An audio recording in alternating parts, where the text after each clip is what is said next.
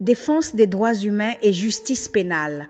Un président d'organisation des droits humains est-il un auxiliaire de la justice? Dans un état de droit, les institutions fonctionnent selon une répartition précise des compétences afin d'éviter les conflits de rôle. Cette distinction est essentielle pour préserver l'indépendance de la justice et comprendre la place des organisations de défense des droits humains.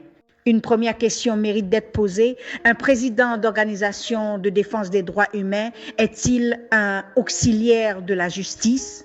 Dans une approche juridique générale, la réponse est normalement non.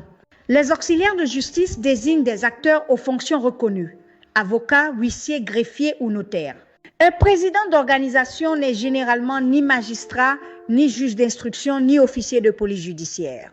Il ne détient donc pas automatiquement les pouvoirs associés aux autorités judiciaires. Cela ne signifie pas qu'il ne joue aucun rôle. Il peut notamment documenter certaines situations et recevoir des témoignages. Il peut accompagner des victimes, dénoncer des violations présumées ou interpeller les autorités compétentes. Il participe au débat public sur les droits fondamentaux, mais ses missions ne lui confèrent pas une autorité judiciaire. Une autre question essentielle se pose alors. Peut-il empiéter sur des enquêtes judiciaires? Un acteur extérieur à l'institution judiciaire ne peut normalement pas se substituer aux autorités légalement compétentes. Il ne lui appartient pas de conduire officiellement une enquête pénale ou de saisir des pièces à conviction.